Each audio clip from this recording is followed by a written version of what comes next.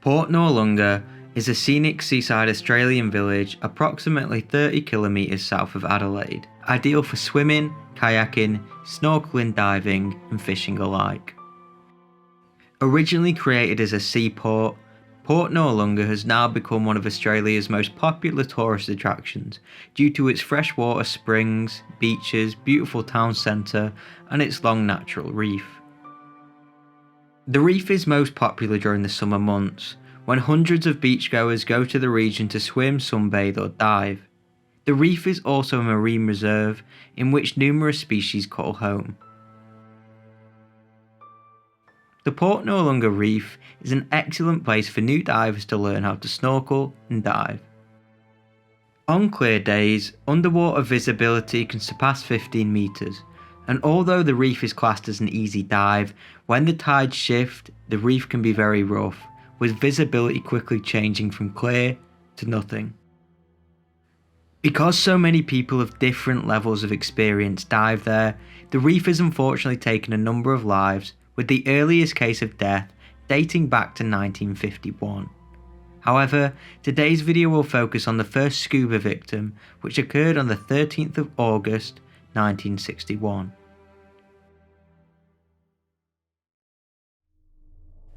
On that fateful Sunday, a man called Maxwell had gone to the reef to test out his new wetsuit and perform some scuba spearfishing. Maxwell was 47 years old and had been diving for around a year. He brought his young son and his son's friend with him, who stayed at the boat ramp as Maxwell dove into the water at around 2 PM. With him, Maxwell brought a small buoy with a diver's flag attached. He was last spotted swimming roughly 200 metres out by his son in calm waters. Although the water that day was calm, visibility was poor, but this didn't deter Maxwell. Maxwell's son had no experience with diving, so wasn't too worried when his father didn't return after a few hours. It wasn't until around 4 hours later, when the sun was beginning to set, that his son became worried. His son hurried to the neighbouring Lifesavers club room and raised the alarm. The Lifesavers then boarded a small boat and headed out to the buoy, which was still floating on the water. The buoy was supposedly attached to Maxwell by a cord, but when the Lifesavers tugged on the cord snapped.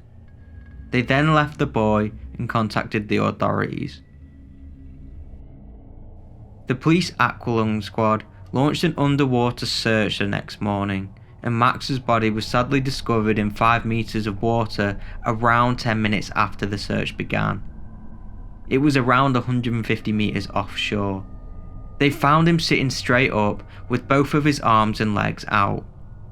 Max was wearing 2 weight belts, which the divers removed, and when they did, his body instantly floated towards the surface. An investigation was launched and found a few things. A scuba cylinder had been switched to the off position underwater, and it held no air. His reserve air mechanism was located at the bottom of the tank and was triggered by twisting a cap. He had to be careful not to mistakenly turn off the air supply when turning on the reserve. Investigators believe that Maxwell may have entered the water unaware that the reserve had already been activated, and mistakenly switched off his remaining air supply whilst attempting to activate the reserve, which was now empty as it had already been on. Remember that Maxwell had 2 weight belts on? Well, he wore these because he was unsure of the wetsuit's buoyancy.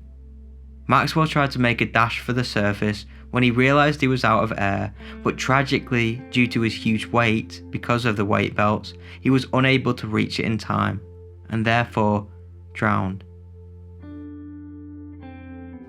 Since the 1950s, Port Noarlunga has taken over 10 lives. If you want to see some videos on the other cases, please let me know in the comments. Thanks for watching.